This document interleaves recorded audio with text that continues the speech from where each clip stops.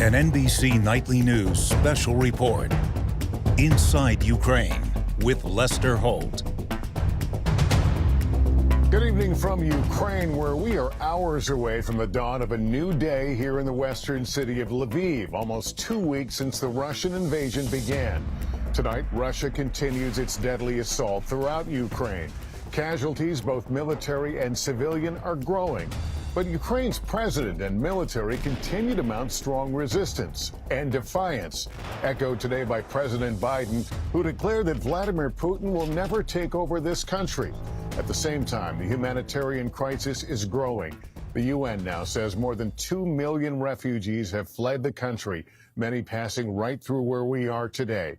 Also today, President Biden tightened the economic squeeze on Russia, announcing a ban on Russian oil imports. Although that oil accounts for just a small percentage of the U.S. supply, the president warned Americans gas prices will go up even further. We'll spend the hour covering it all. Cal Perry with the stories of those trying to escape and the few but precious things they bring with them. Aaron McLaughlin introduces us to dancers giving up the stage to become battlefield fighters and paramedics. Molly Hunter takes us inside a safe haven for women and children fleeing this war. And historian Michael Beschelos looks at this remarkable moment in history for 3 presidents commanding the world's attention. But we start with Chief Foreign Correspondent Richard Engel in Kyiv on where things stand in the war after 13 brutal days. Richard, they're already preparing for a Russian offensive there. Yes, Lester, many here worry that the worst has yet to come. Russia is pushing in on this city along 3 lines of attack, with the heaviest fighting in the north. Here in the center of Kiev, the sounds of Russian artillery and bombs are getting louder. The threat of American and allied sanctions did not deter President Putin from launching this invasion. And new sanctions today show no sign of stopping it. Russia stepped up its strikes, which are increasingly brutal and indiscriminate, hitting homes, killing civilians. In the northern city of Sumy, rescuers combed through rubble for survivors overnight. Ukraine says 2 children were among the dead. Russia is also devastating the suburb of Irpin on the edge of Kiev, driving thousands into the capital. Ukrainian forces have been holding out against Russian troops in Irpin, which is just on the edge of Kiev. But today, they've taken the decision to evacuate all the patients from the hospital and all the medical staff. Those coming out of Irpin today were shell-shocked as they escaped under fire. Andre walked out with his cat Simba. Big ground of Russian vehicles just in our houses. But they were just firing at the buildings? Yes. He shared with us videos he recorded of a Russian tank below his window and another Russian vehicle on fire.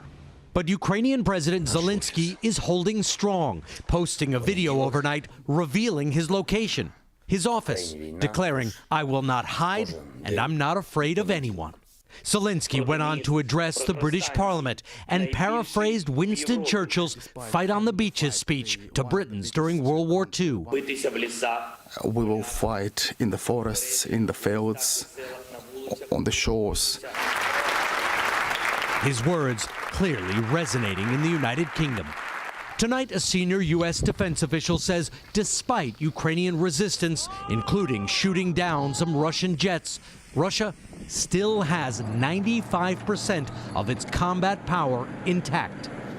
Across Kiev, residents are bracing for a Russian onslaught, revenge for a city Putin hasn't been able to break into yet.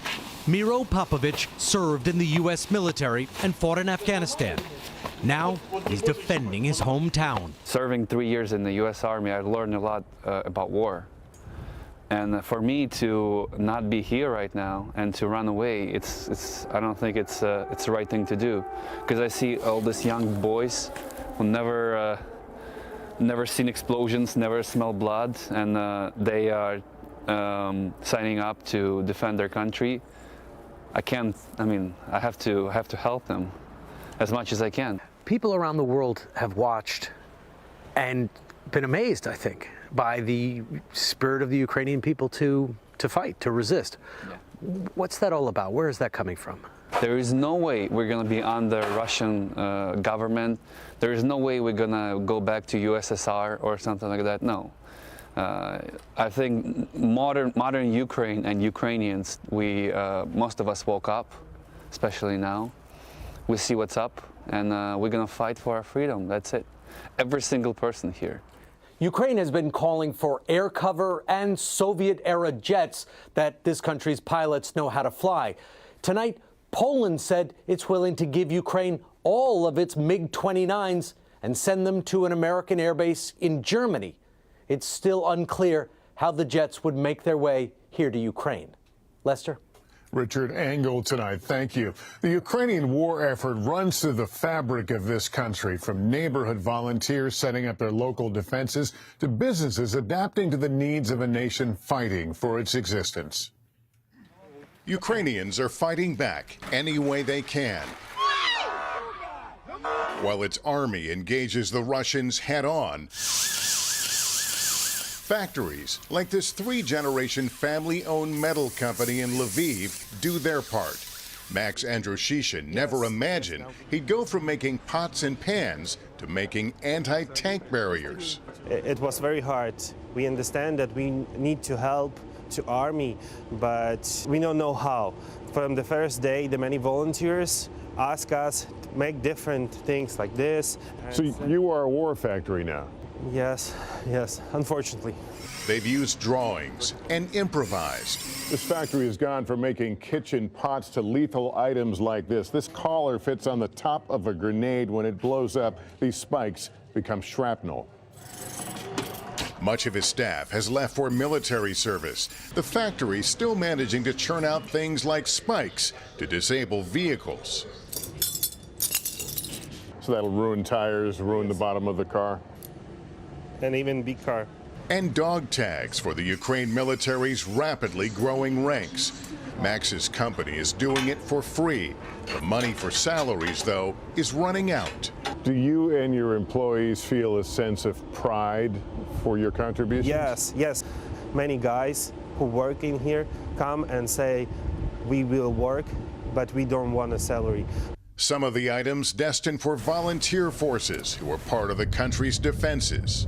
At the end of the day, you're making war materials. Are you fearful of becoming a target? No. The many guys ask me this before. I don't fear this. Here, all people here will die with the weapons in hand, because this is our land and we will protect it.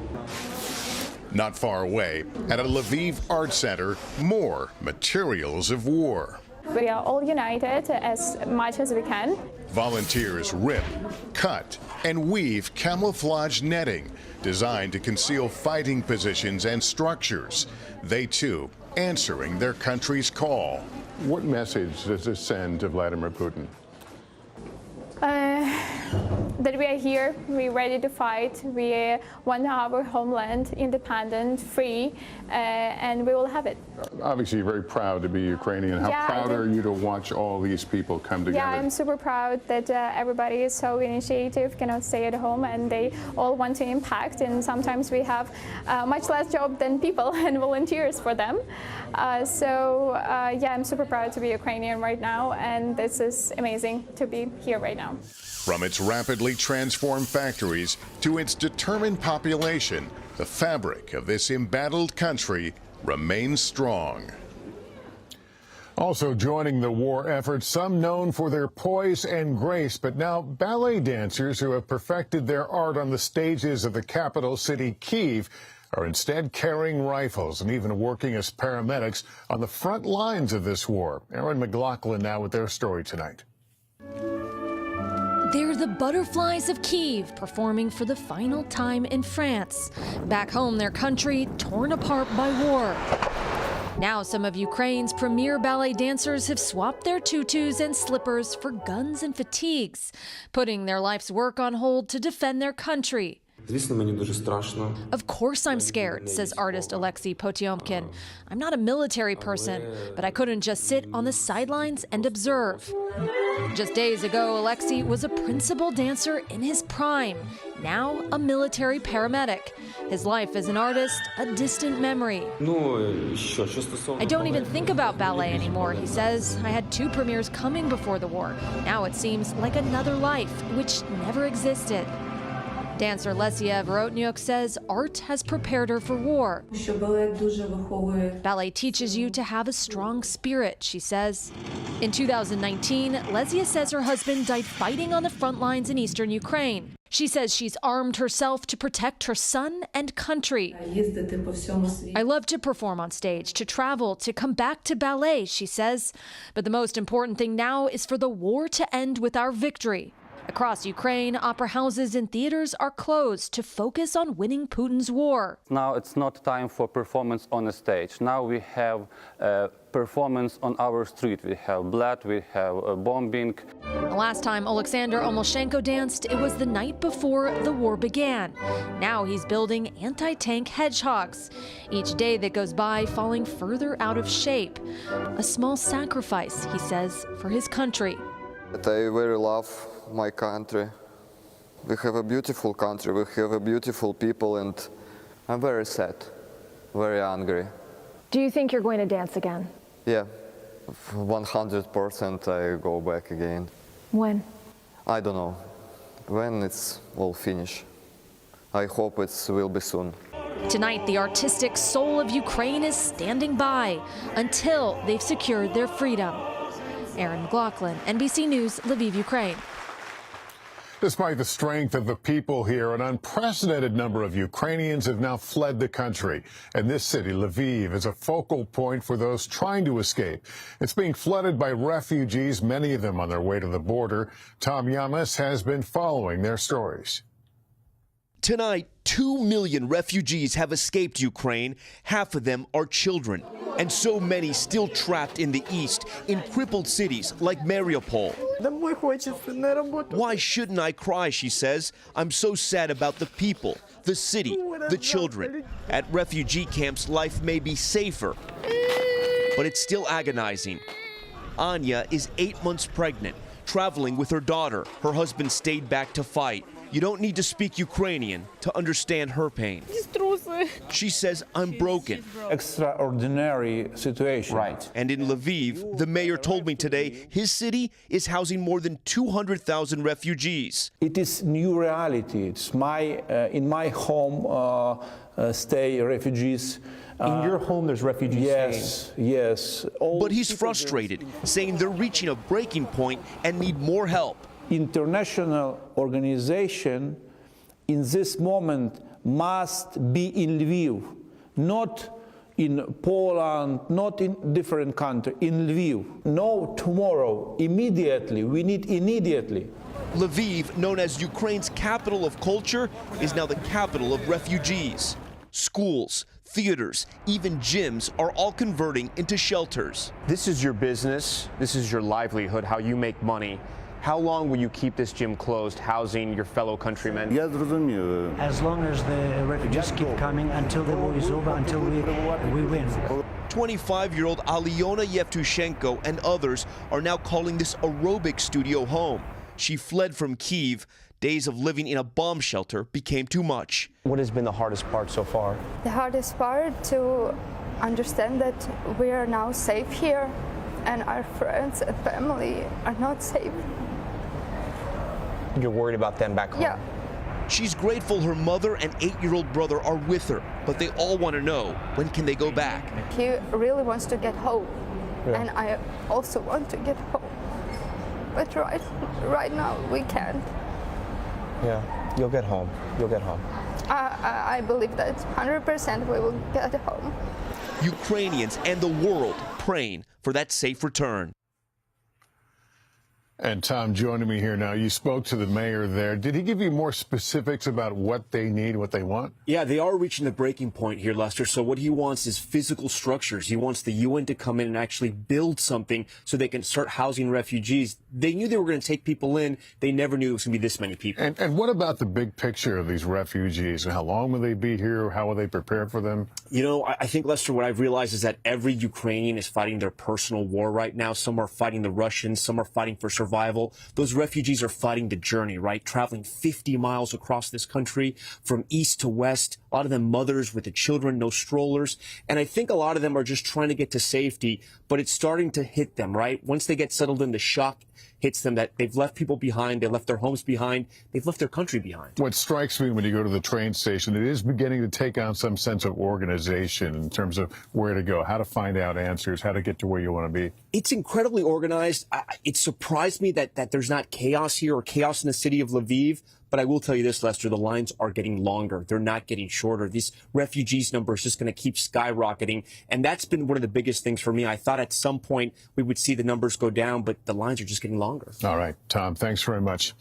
American businesses' growth in the former Soviet Union was long seen as a massive success after the sudden end of the Cold War. On January 31st, 1990, the world's biggest McDonald's opened in Moscow. The line stretched for blocks. Today, the fast food company has announced it is pausing operations at the 850 retail restaurants across the country, and they're not the only ones. The news comes as the White House moves to ban Russian oil imports. Peter Alexander reports from the White House. Tonight, President Biden striking at the heart of Vladimir Putin's economy, announcing a ban on all Russian oil and gas. We will not be part of subsidizing Putin's war. Oil and gas production accounts for 40% of Russia's revenue. The American people will deal another powerful blow to Putin's war machine. It's a major shift for the president, who for weeks had deliberately avoided sanctioning Russian oil to keep U.S. gas prices lower. On our sanctions package, we specifically designed to allow energy payments to continue. President Biden's decision today follows bipartisan pressure to impose a ban. Still, the actual impact of the move is likely limited because, unlike Europe that relies on Russia for roughly a quarter of its oil, the U.S. gets just 8% of its imports from there. The UK tonight says it'll phase out Russian oil by the end of the year, but Germany, that's heavily dependent on Russian energy, ruled out any change. The president acknowledging gas prices will keep rising. It's gonna go up. Regular unleaded today averaging $4.17 a gallon, an all-time high. I'm going to do everything I can to minimize Putin's price hike here at home. But Republicans tonight are blasting the president for not ramping up U.S. oil production. We're seeing the product of a flawed energy policy. We've seen huge spike in prices even before the invasion of Ukraine. In Maryland, Mc's moving company locks in its prices months before each move. Now, with gas prices soaring, they've chosen to eat the added cost rather than pass it on to consumers. Filling up that tank every morning, going to a job when we're charging half the price for a full tank of gas is definitely a hit to the gut, but we're doing what we can to keep going. Peter, we saw some of the United States' most iconic companies shut down their operations in Russia today. Yeah, Lester, that's right. After intensifying pressure to respond to the invasion of Ukraine on social media and even from some of their investors, some of the most recognizable American brands, Coca-Cola, Pepsi, McDonald's, as you noted, Starbucks as well, today all announced that they're going to temporarily stop operating in Russia. And for McDonald's alone, that's 850 locations there, 62,000 employees, making up 9% of its global revenue, Lester. And Peter, Richard Engel mentioned that Poland says it will be sending MiG fighters to an American military base. Is the Pentagon prepared to do anything with them?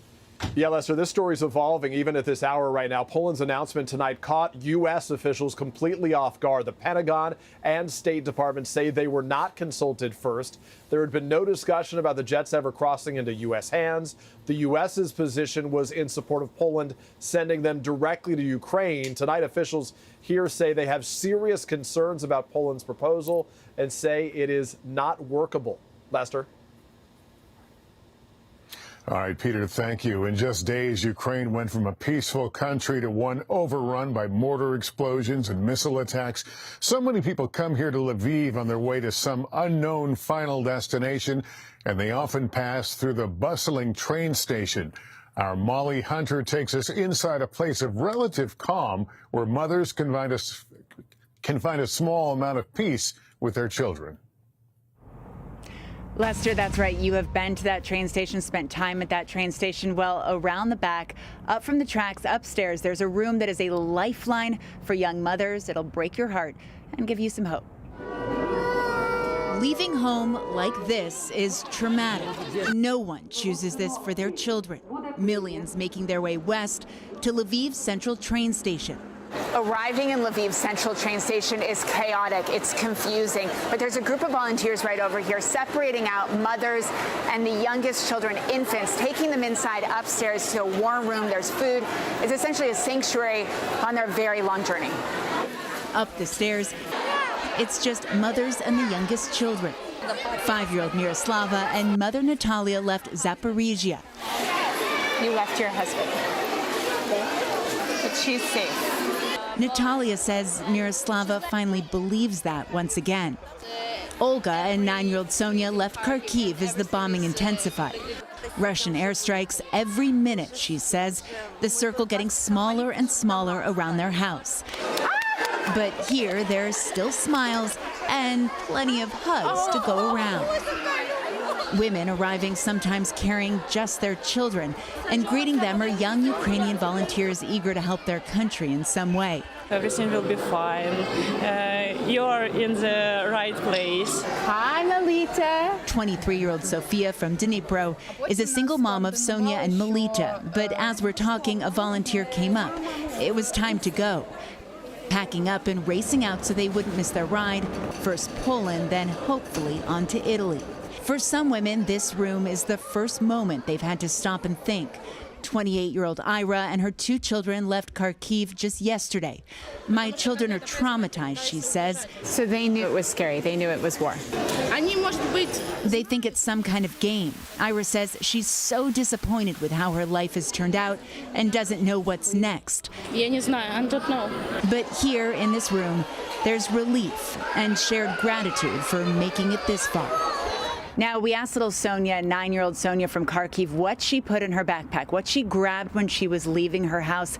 It was a set of colored pencils, but she'd sharpened them even shorter so she could pack in more colors. While we asked to see these colored pencils, she'd given them all away to friends on her journey here.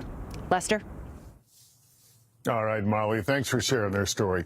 When we continue, we'll talk about the U.S. military's limited options and inside Russia's changing tactical approach. Can Ukraine's military withstand an all-out assault?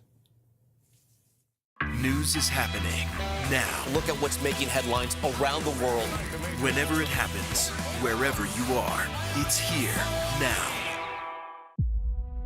You said, I need someone who sees the world through a different lens. Someone with the guts to make hard decisions. I still feel that way. It's a new world. We have to adapt. Making a statement isn't enough. We need to win.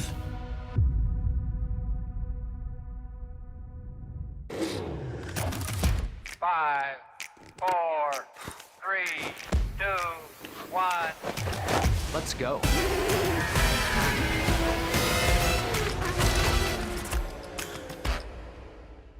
Hallie Jackson Now. Weekdays at 5 on NBC News Now. I lost so much and more.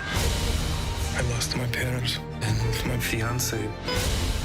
Did you ever think all that would lead you here? I thought you were dead.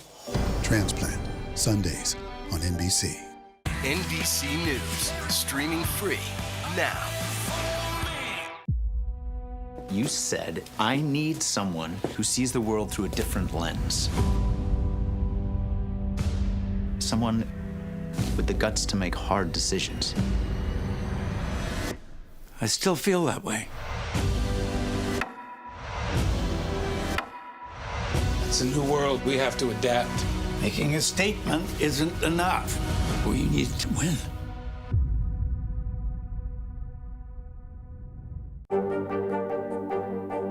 What are you doing for teachers who feel that they're being stretched too thin? Did you understand how prevalent hunger was in your own community?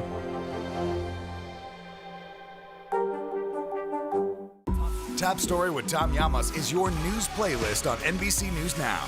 And now, you can listen to it as a podcast. Available anytime and anywhere. Now Tonight with Joshua Johnson. Streaming weeknights at 8 on NBC News Now. Top Story with Tom Llamas. Weeknights at 7 on NBC News Now. Wake up for Premier League mornings on NBC USA and streaming on Peacock. Catch all the incredible action. You better believe it. Premier League mornings on NBC USA and streaming on Peacock. News is happening now. Look at what's making headlines around the world. We're coming on the air with breaking news. This is a significant moment. Whenever it happens, wherever you are, NBC News, streaming free now. Top Story with Tom Llamas. Weeknights at 7 on NBC News Now. Almost 2 weeks into Russia's invasion of Ukraine, a crucial assessment today from the top American intelligence officials on Russia and Ukraine. The Director of National Intelligence briefing Congress on the state of the war, saying Vladimir Putin will likely not be deterred by his military and economic losses. Andrea Mitchell is following this. Andrea, what is the thinking on Putin's next move? Well, that's the big question, Lester. The intelligence officials say Vladimir Putin sees his war against Ukraine as one he cannot afford to lose, even though he may have already lost as many as 4,000 Russian troops, and sees his economy in free fall, the ruble now worth less than a penny. And tonight, this ominous warning. Russian forces are at the very least operating with reckless disregard for the safety of non-combatants, as Russian units launch artillery and airstrikes into urban areas as they have done in cities across Ukraine. I think Putin is angry and frustrated right now. He's likely to double down and try to grind down the Ukrainian military with no regard for civilian casualties. But the officials report that because of the fierce Ukrainian resistance, Putin may have to abandon his plan to take all of Ukraine and will not be able to hold Ukrainian territory and install a puppet government as he'd planned. Lester? Andrew, what about Putin's nuclear threat? How serious was that? Well, it turns out that it was not as serious as some may have thought. They say that his nuclear threat was highly unusual, in fact. The first such nuclear alert announcement they'd seen from the Russians since the 1960s. But in other words, since the Cuban Missile Crisis. But the Director of National Intelligence said they have not seen unusual movements by Russia's nuclear forces. So that is reassuring. And she emphasized that their top priority is always defending the U.S. homeland. So they are still closely monitoring, always closely monitoring Putin's long-range missiles, the ones that can reach us. That's because they say with tensions this high, there's always the risk of miscalculation. To reduce that risk, the U.S. has not raised its threat level in response. Lester? Andrea Mitchell, thank you. As we've heard, U.S. officials believe Vladimir Putin and his forces did not anticipate the stubborn, widespread resistance to the assault on Ukraine. And while Ukraine continues to hold key cities, Russian forces continue to advance on multiple fronts. Pentagon correspondent Courtney Cubie has been tracking those movements. Courtney, lay out the map. What is the latest on the Russian military campaign? Well, Lester, Russia continues their military campaign on three main advances, two of which are currently stalled. In the north, Putin is still trying to take the capital city of Kyiv, but his efforts from the northeast and the northwest of the city are both hampered by a strong Ukrainian resistance and persistent logistical issues, according to a senior defense official.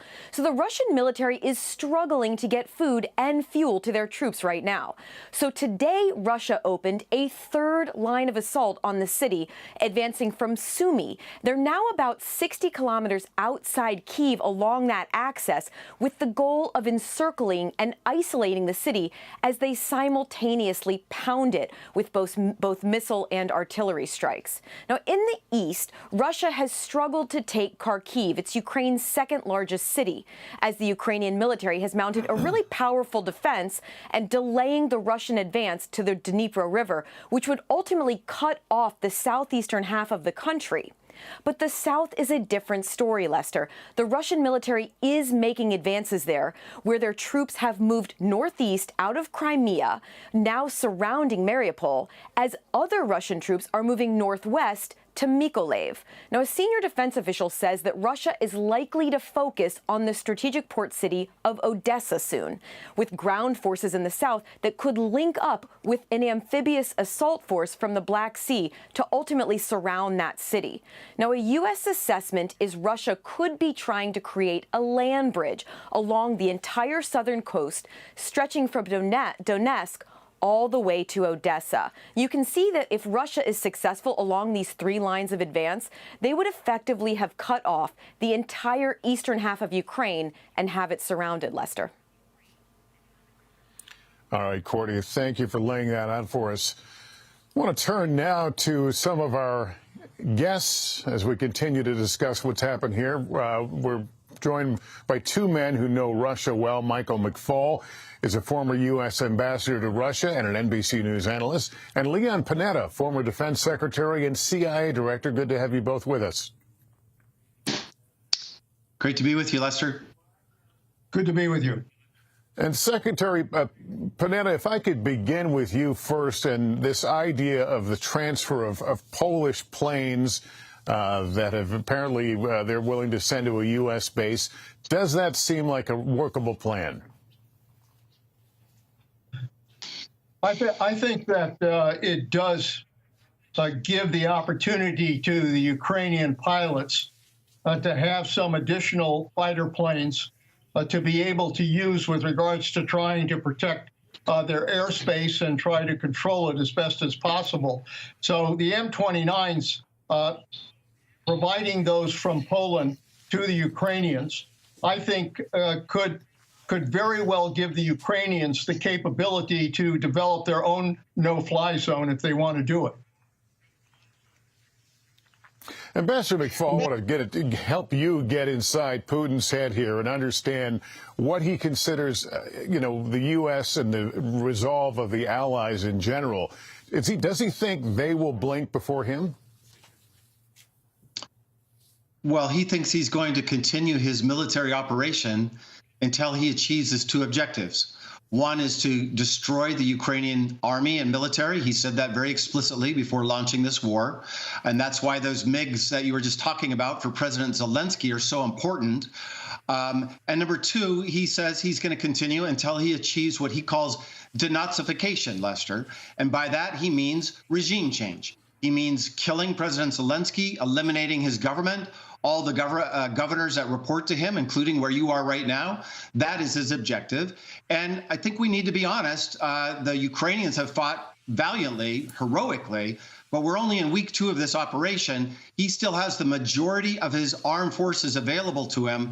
And my tragic prediction is that he is going to keep going until he tries to achieve that objective. And Secretary Panetta, U.S. intelligence agencies said today they concluded Russia does not want to engage directly with the U.S. military. So what are Putin's options right now, in your view? How far will he go in this war? Well, Putin is a bully, and bullies don't do well when they're cornered. And that's the concern. I think the intelligence officials said that Putin would double down. And I think he will. He'll double down, and he'll try to achieve the goals that they were after. But he also recognizes that he's been stalled. Russia is hurting. Their offensive is hurting. And he's in trouble, particularly with the Russian people. And lastly, they're trying to conquer a country that simply will not be conquered. You know, they can destroy and win cities, but they cannot destroy and win the hearts and minds of the Ukrainians. And that leads to this question, Ambassador Mcfaul, about what he expects. Is it going to be a full occupation? And even then, what does he expect that Ukraine would look like after the invasion is finished? Well, that's the fundamental question, Lester, and I agree completely with Secretary Panetta. Even if he does, God forbid, take the cities and bomb them to smithereens, as he seems to plan to do, like he did in Chechnya, as he did to Aleppo in Syria, then what? He does not have the armed forces to occupy this giant country of 40 million plus, largest country in Europe. And he doesn't have the will. Remember when Stalin took over Eastern Europe after 1945, those soldiers were fighting fascism, and then they had communist puppet regimes that went along with them. Who is going to play that role for Vladimir Putin in Ukraine? That is a death sentence to become the president of Putin in Ukraine. And I am convinced that someday Ukrainians will win. Whether they're fighting or whether it's acts of nonviolent civic resistance, they will fight forever. And someday those soldiers will leave. I just don't know how long that will be. And in my opinion, therefore, we should do everything to help Ukrainians fight now to make that period not as long as it could be without our assistance. Secretary Panetta, do you think there are any back-channel conversations going on about perhaps pushing some kind of internal resistance to Vladimir Putin? I would hope that we're trying some back channels to see whether or not we can find a way to give Putin an off-ramp here, because the choices right now in many ways are horrible. One is that he continues to destroy cities and kill innocent men, women, and children and create a humanitarian disaster in the Ukraine. And even though he might achieve some degree of control, it won't last. The other is that this turns into a long-term resistance movement by the Ukrainians, which means a prolonged war similar to what happened in Afghanistan. Either way, it's not a good result for what Putin is trying to achieve. So the question now is what can be developed as a possible off-ramp, and who can make that argument to Putin? It's very difficult to do. He's isolated. He doesn't listen to anybody, but at least that ought to be explored as a way to try to resolve this horrible war. And Ambassador Mcfaul, is there anyone to push him out, or has he simply gotten rid of all his potential rivals? I don't see anybody around him that would potentially push him out, a palace coup. Of course, you'll never know those facts unless it happens. You learn the day after. But he has ruled this place for 22 years. He doesn't listen to anybody, Lester. He's been isolated, especially during the pandemic. He doesn't have quote-unquote advisors. He tells people what to do. And so the idea that they're going to lobby him because of sanctions or because of pressure, I think that's highly unlikely. I hope that there could be some kind of settlement. I think it is right for the Biden administration to continue to say in public, and I presume they're saying it in private, that if he leaves, we will leave sanctions, right? To do kinds of offers like that. But so far, there's nothing I've seen. And I watched Vladimir Putin very closely. I've watched him for 30 years. There's nothing he said that it convinces me or suggests to me that he's looking for an off-ramp right now. Instead, it looks like he wants to fight this war to the bitter end. Ambassador Mcfaul and Secretary Panetta, good to have both of you on this evening. Thank you so much for your time. We're back in a moment with the stories of the modest things Ukrainians brought with them as they fled their homes with little more than a moment's notice. Still to come on the Channel 2 News. Well, the waters are certainly receding now. Still too close to call. Lester Holt reporting from Ground Zero, as it's being referred to. It is, in fact, a taste of freedom. The Haitian people know a little something about resiliency. What's the biggest risk right now? Some of the troops who have been proud. I want to welcome you to the first presidential debate. In fact, we've been told we can't go any farther. You were some resilient folks. Let me get in.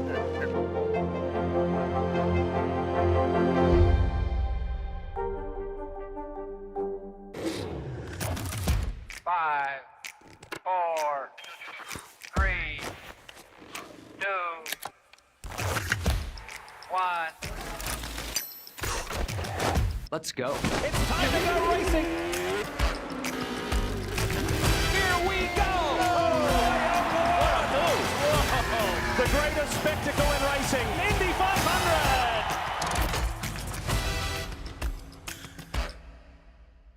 Hallie Jackson Now, weekdays at 5 on NBC News Now.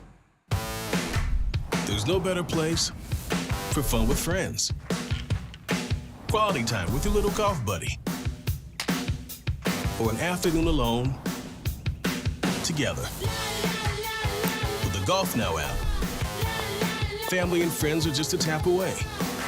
Just pick your course, pay from your phone, get out and enjoy. Golf Now. Download the app and go play. News is happening now. Look at what's making headlines around the world. We're coming on the air with breaking news. This is a significant moment. Whenever it happens, wherever you are. NBC News, streaming free now. Now Tonight with Joshua Johnson, streaming weeknights at 8 on NBC News Now. Hallie Jackson Now, weekdays at 5 on NBC News Now. The people we meet fleeing day in and day out have to make excruciating choices on a moment's notice. Not just whether to stay or go, but what to bring and what to leave behind. Our Cal Perry now on the things they carried. Lester, for the millions of people fleeing violence in the East, it happened in an instant, that decision that they had to leave their homes. And most of them could only carry with them one bag. And so we wanted to find out from people what it is they chose to take with them as they fled the violence. It begins with the obvious: roller bags and suitcases, backpacks and grocery bags, and pets. So many pets. The city of Lviv is becoming a story of what people carried. A city of 700,000 has now become a city of close to 1 million. But in this small theater, now a makeshift shelter, two families share with us what they brought with them. So it wasn't safe to stay there. With only 30 minutes to pack and the Russian army literally closing in on the outskirts of Kyiv, Tamila took only the essentials. Clothes for my child, and maybe some food like bread or some cookie and some water for children. That's all. Essential to every parent: cell phones. Cell phones are everywhere, to distract, to communicate, to speak to loved ones left behind on the front lines. Today she sent a message, honey, I love you, and I know we will be together soon. Newly minted reporter 9-year-old Eve helps me interview her 6-year-old brother Meyran.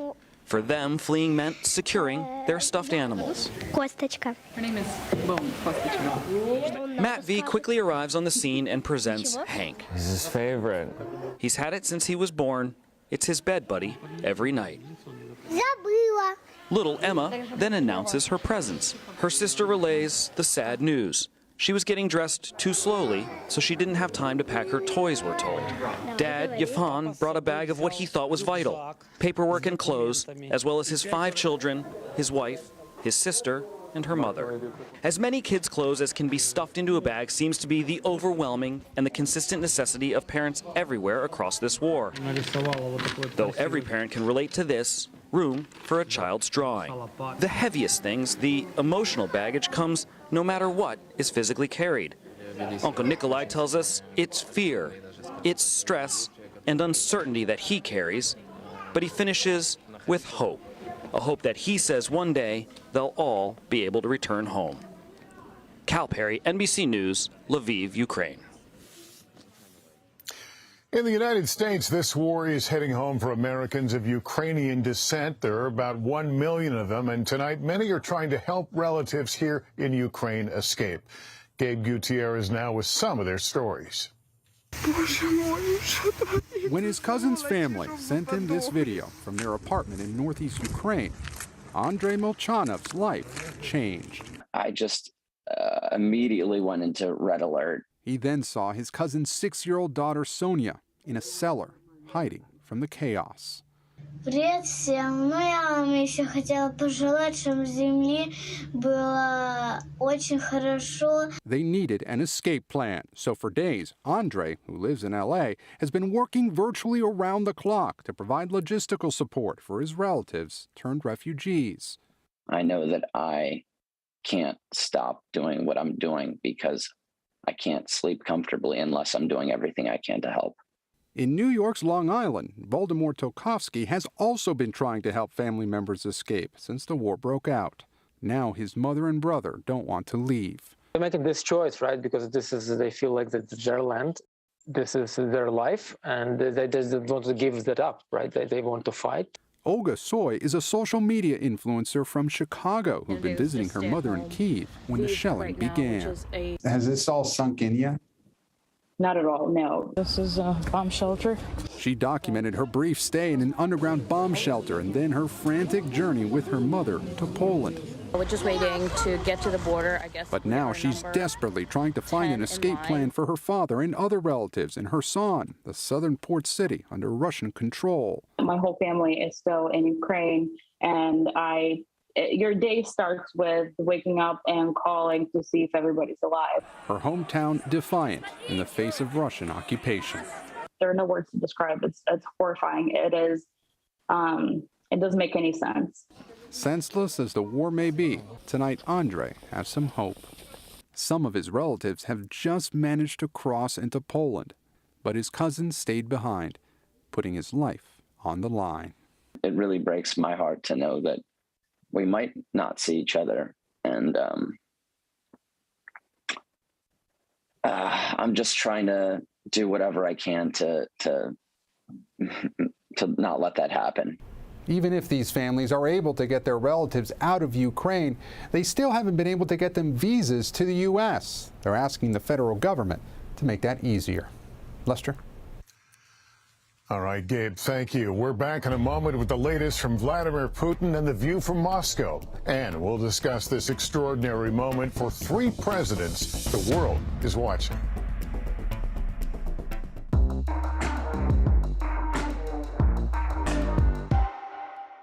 News is more than a headline. It informs, it inspires, and it still matters. To cover it, you have to be in it. And that's what we're gonna do. Every night, we take you to the front lines of the story, where it's actually happening, with NBC News journalists on the ground from all over the world. We cover what you need to know and bring your newsfeed to life. In primetime and streaming live, it's your news playlist every night. Top Story with Tom Llamas, weeknights at 7 on NBC News Now. There were residents who hung on for dear life. I've heard people say the town is gone. Do you see it that way? Absolutely not. We've lost some houses, but our community's still here.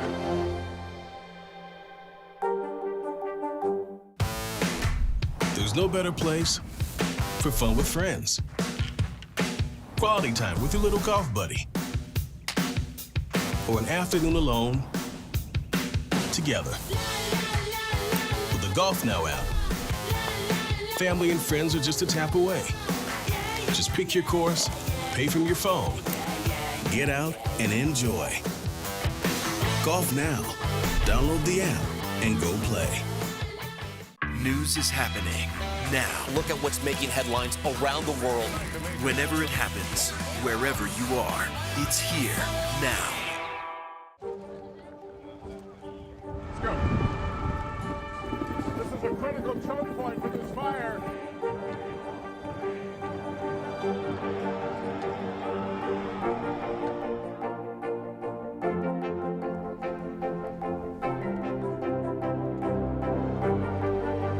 Unnecessary, unjustifiable, illegal. And good evening from New Orleans. Late military operation witnessing the massive crowds. I admire you both. Nice to really spend some time with you. Appreciate it.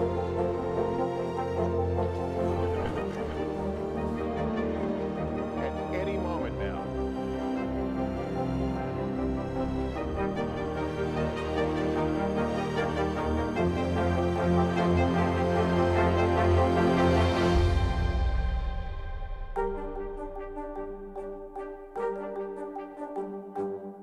Hallie Jackson Now, weekdays at 5 on NBC News Now. Nearly a dozen hours after the eye roared ashore. There is some late breaking news. All right, and Hallie Jackson Now, weekdays at 5 on NBC News Now. Top Story with Tom Llamas, weeknights at 7 on NBC News Now. As Russia feels the squeeze from growing sanctions, Vladimir Putin signed new measures today aimed at easing the economic pain on Russians. And a note, Russia is cracking down on the media there, limiting what reporters can say under threat of imprisonment. Our Keir Simmons is in Moscow. We're banning. Just hours after President Biden announced his ban on Russian oil, President Putin unveiling restrictions on imports and exports tonight to ensure the safety of the Russian Federation. It's not clear what goods or countries are targeted. Before the US announcement, the Russian Deputy Prime Minister saying rejecting Russian oil would lead to catastrophic consequences for the global market and warning Russia could cut gas supplies to Europe.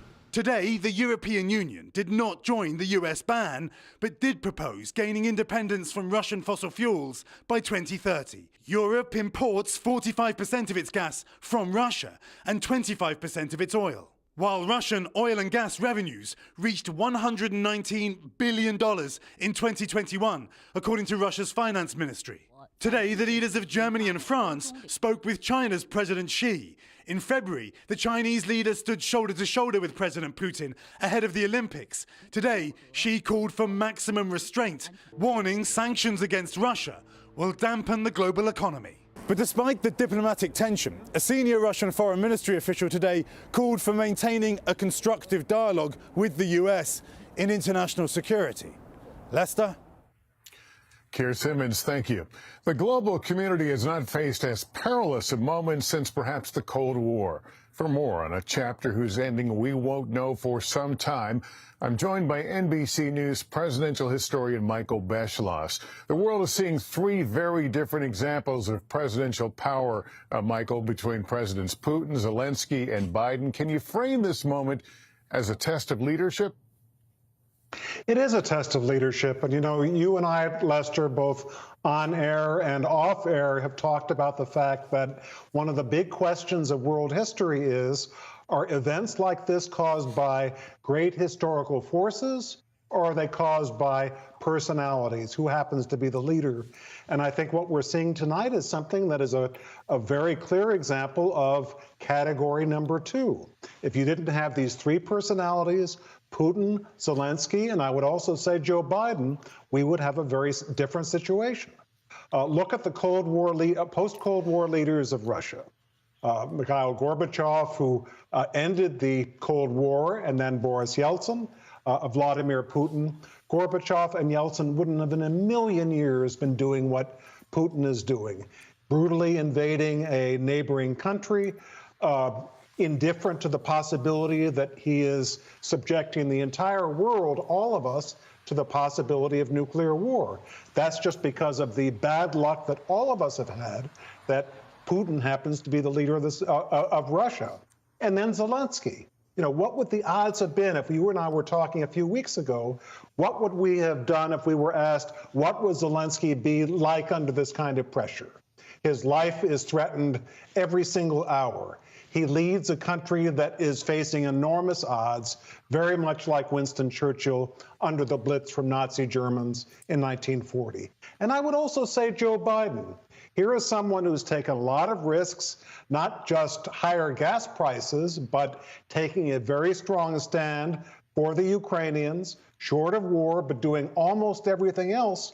A lot of people who might be president this year would not have done that.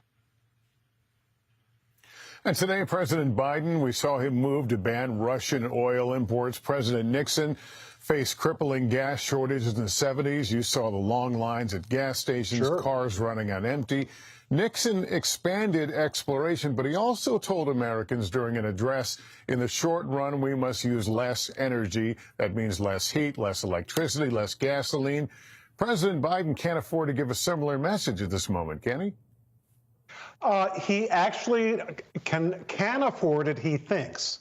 And that's the mark of a courageous leader, because I guarantee you, and I think you would think this too, Lester, his political advisors probably said, this is the year of a midterm election.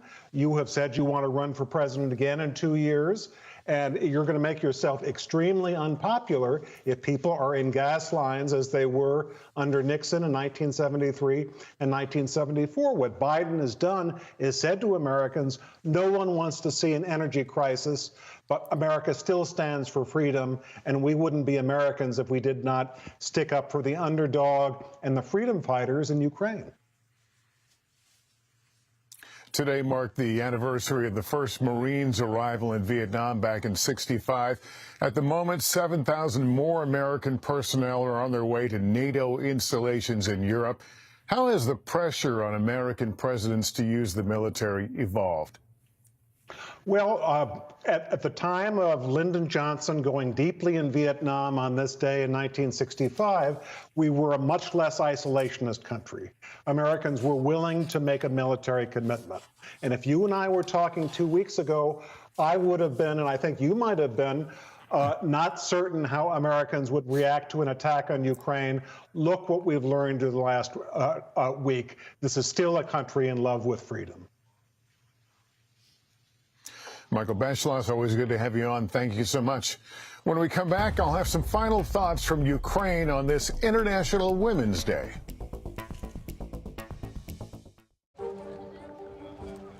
Let's go. This is a critical choke point for this fire.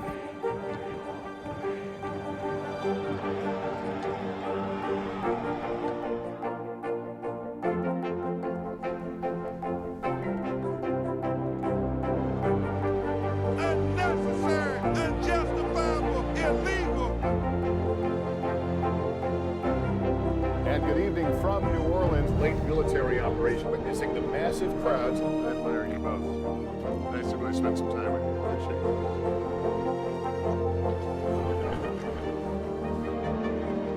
At any moment now.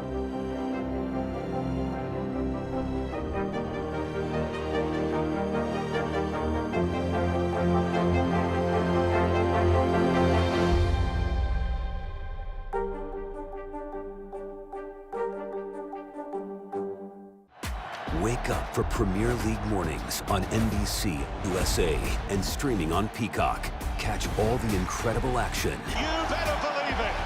Absolutely sensational. All the edge-of-your-seat moments. Just listen to the roar.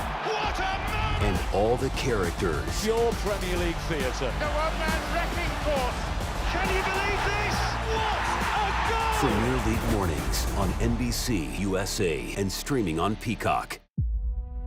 You said, I need someone who sees the world through a different lens.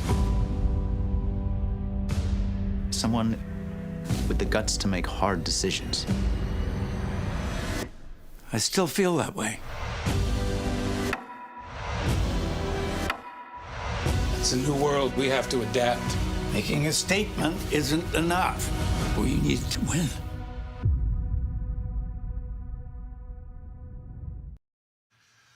Finally tonight on this International Women's Day, we celebrate the achievements of women across the globe. Here in Ukraine, we are witnessing people every day finding a strength and resolve that the moment demands.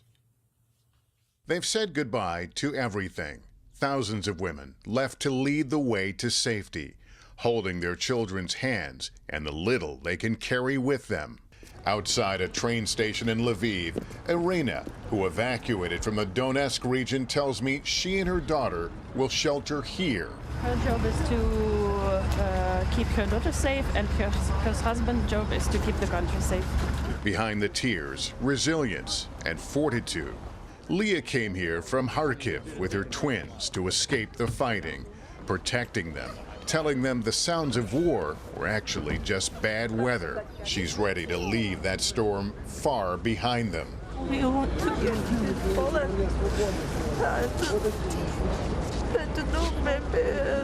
I want to go in Kyrgyzstan. The girls, for now, content to play. 22-year-old Sophia is a volunteer. She tells me she is in awe of the women she sees here. A lot of the people I see here are women with children. They have a lot of strength. Can you talk about what they face and how they're dealing with it? They have a lot of, I don't know, woman power to to have the children and go away to nowhere. And on this International Women's Day, firefighters in Romania handed out tulips to women as they crossed the border, a promise of spring and new beginnings. That's our nightly news special report for this Tuesday. Thank you, everyone, for watching. I'm Lester Holt. Please take care of yourself and each other. Good night.